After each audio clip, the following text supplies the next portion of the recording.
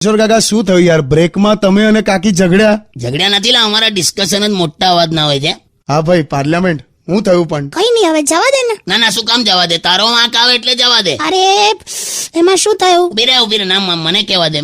હમણાં છે ને અમે બહાર જવાના હતા, તો મેં આને એમ કીધું કે પેલી મોટી પેટી છે ને એ કાઢી લેજે કપડા ભરવા, હા, અને ત્યાં ઠંડી હશે એટલે મારો કોટ લઈ લેજે. હા, બસ હવે આટલું બોલીને હું નીચે ગયો ને બહાર પેલા બધા સોસાયટી વાળા આયા તો એમની હાથે ઉભો હતો, તો આ બારીમાંથી મોટેથી એવું કે સાંભળો કે તમારો પેટીકોટ તૈયાર છે, પેટીકોટ લઈ લેજો, પેટીકોટ.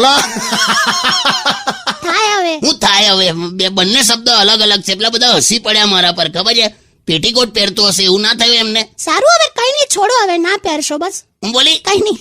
કોઈ કોન્સેપ્ટ જ ક્લિયર નહીં ને, પ્રોબ્લેમ તારો તઈ જ છે. છોડો ને યાર કાકા. એવું નહીં યાર, આજે હમણાં મને આવીને હું કે ખબર છે કે તમને ખબર છે ડેન્ટિસ્ટ